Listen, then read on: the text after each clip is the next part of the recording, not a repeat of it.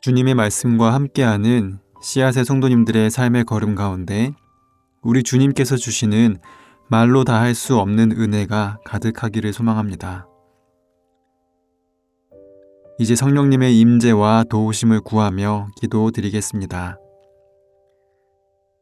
빛의 근원이신 하나님, 주님의 말씀으로 저희의 영혼의 빛을 비추어 주옵소서. 우리에게 지혜와 깨달음의 영을 부으셔서 말씀 안에서 주님의 가르침을 받을 때에 생명과 거룩함으로 이끄는 것들을 아는 것에 우리의 마음과 영혼이 열리게 하옵소서. 우리 주 예수 그리스도의 이름으로 기도합니다. 아멘. 이제 하나님께서 오늘 우리에게 주신 말씀을 읽겠습니다. 먼저 구약 성경 호세아 12장 6절의 말씀입니다.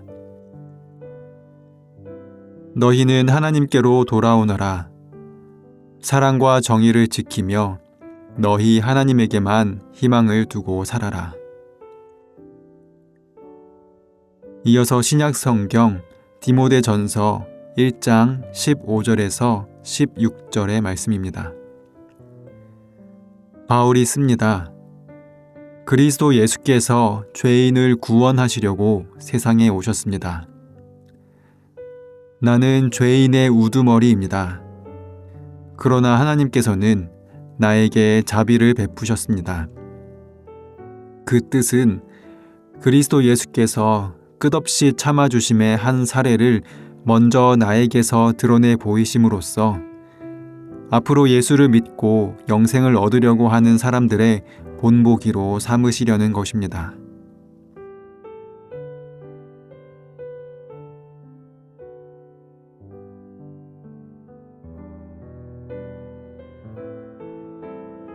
이번에는 순서를 바꾸어서 다시 한번 읽겠습니다. 바울이 씁니다.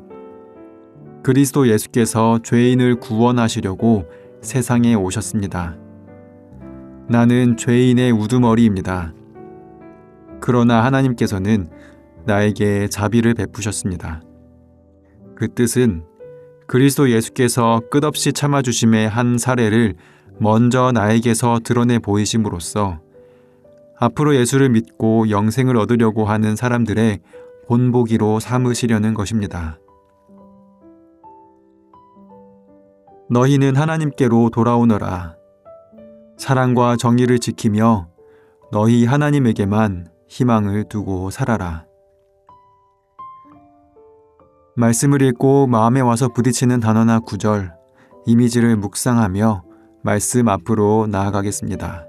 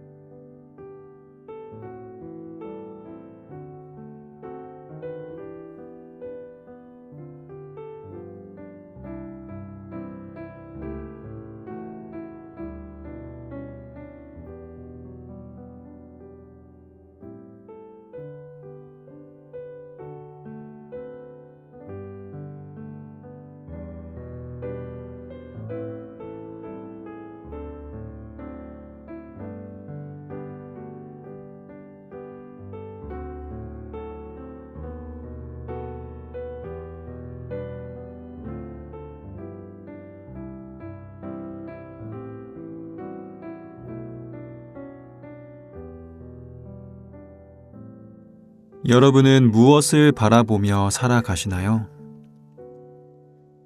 우리가 삶에서 바라보는 것, 바라는 것, 마음에 두는 것을 우리는 희망이라는 이름으로 부릅니다. 어떠한 형태로든 삶의 동력이 되는 것, 삶을 살아가게 만드는 것을 희망이라고 생각하지요.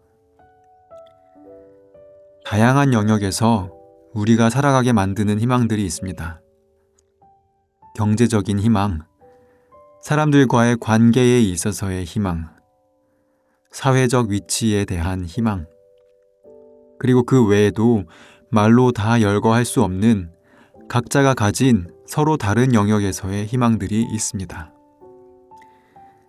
지금 이 묵상을 함께하는 여러분의 마음속 가장 큰 희망은 무엇인지요? 그리스 로마 신화에 등장하는 이야기 중 판도라의 상자 이야기를 잘 아실 것입니다. 프로메테우스가 신들에게서 불을 훔치자 제우스는 인간 세계에 벌을 내리고 싶은데 대놓고 벌을 줄 수가 없었습니다. 그래서 올림푸스 신들의 모든 능력을 가져다가 한 완벽한 여인 판도라를 만듭니다. 그리고 그녀를 프로메테우스의 동생 에피메테우스에게 선물하죠. 판도라가 에피메테우스와 결혼할 때 제우스는 그녀에게 한 상자를 결혼 선물로 주며 그 상자를 절대 열어보지 말라고 말합니다. 그런데 판도라는 궁금증을 참지 못하고 그 상자를 열고 말았죠. 그러자 그 상자에서는 온갖 재앙들이 쏟아져 나와 세상에 퍼져 버렸습니다. 놀란 판도라는 급히 상자를 닫았는데 그 사이에 상자에 들어있던 모든 재앙들이 다 빠져나가고 마지막에 희망만이 상자 안에 남게 되었다는 그러한 이야기입니다. 저는 어렸을 때부터 판도라의 상자의 마지막에 남은 것이 희망이라는 사실이 무엇을 의미하는 것일까 하는 궁금증을 가져왔습니다. 분명 희망은 좋은 것, 더 나아짐에 대한 기대를 의미할 텐데 그것이 온갖 재앙들과 함께 한 상자에 들어있었고 그리고 마지막까지 상자에 남아있었다는 것은 무슨 뜻일까 하는 생각 말이지요. 이 이야기를 긍정적으로 해석하면 온갖 재앙들이 넘치는 세상이지만 그럼에도 불구하고 희망이 있기에 세상을 살아갈 수 있다라는 의미가 될 것입니다. 그런데 혹자는 이 이야기의 희망을 그와는 반대로 해석하기도 합니다. 인터넷에서 본 한 글에서는 희망이 그곳에 남았던 이유는 짧은 인생을 될지 되지 않을지 모르는 무언가에 집착하게 만들고 그것을 희망이라는 이름으로 정당화하는 고통을 주기 위해서가 아니었을까. 그래서 축복이라는 얼굴을 하고 재액으로 사람들에게 남아있는 것은 아닐까라는 생각을 남겼습니다. 니체는 희망은 모든 악 중 최악이다. 왜냐하면 그것은 인간의 고통을 연장시키기 때문이다 라며 희망이 고통의 근원이라고 말하기도 했습니다. 그런데 오늘 신약의 말씀에서 우리 삶의 희망에 대해 이야기하고 있습니다. 인간은 반드시 희망이 있어야 살아갈 수 있습니다. 그것이 선명하든 희미하든 명확하든 어렴풋하든 희망이 없으면 삶의 길을 이어갈 수 없기 때문입니다. 오늘 말씀은 그 희망을 하나님에게만 두고 살라고 말합니다. 우리가 하나님께 희망을 두는 것은 죄인의 우두머리를 자칭하는 주님의 백성들을 그렇게도 열심히 박해했던 사울을 만나주시고 돌이키게 해주신 하나님의 자비하심에 의지하는 것을 뜻합니다. 우리가 스스로 가지는 희망은 판도라의 상자 안에 숨은 어쩌면 긍정적일 수도 또 어쩌면 고통을 연장시키는 부정적인 것일 수도 있지만 우리 하나님께 두는 희망은 하나님의 끝없는 사랑에 의지하기 때문에 우리의 고통을 다 덮고도 넉넉히 남는 그러한 희망입니다. 사랑하는 씨앗의 성도 여러분, 이제 우리의 희망을 하나님께, 하나님의 사랑과 손길에 두는 삶을 살아갑시다.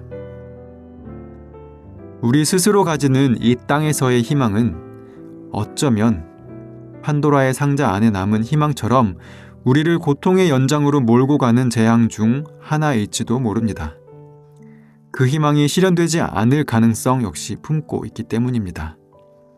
하지만 하나님께 두는 희망은 이미 그리스도 예수를 통해 본보기를 보이신 하나님의 사랑에 근거하기 때문에 확실한 희망입니다. 이러한 하나님께 희망을 두고 하나님의 뜻을 따라 한 걸음씩 삶의 걸음을 걸어가시는 우리 모든 성도 여러분 되시기를 진심으로 소망합니다. 함께 기도하겠습니다. 사랑의 하나님, 주님만이 우리의 희망 되십니다. 실패의 가능성을 동시에 품는 헛된 희망이 아닌 실패하지 않는 완벽한 희망입니다. 우리가 살아가며 이 땅에서 많은 재앙들을 맞닥뜨립니다. 거창하게 재앙이라 칭할 수 없을지라도 우리를 무너뜨리는 많은 어려움들 가운데 살아갑니다. 그렇게 고난 가운데 거할 때마다 우리의 마음에 다른 모든 것들보다 주님이 우선되는 믿음을 더하여 주옵소서. 그 믿음으로 주님을 바라보며 우리의 희망을 주님께 두며 살아가게 하옵소서. 예수 그리스도의 이름으로 기도합니다. 아멘. 계속해서 말씀 가운데 잠잠히 머무르며 주님의 음성에 귀를 기울이실 때 오늘 주님께서 주시는 말씀과 더불어 다음의 묵상 질문을 통해 주님의 말씀에 집중하시면 좋겠습니다. 첫째, 어려움에 처했을 때 나의 마음 가운데 가장 먼저 떠오르는 존재, 방법, 희망은 무엇인가요?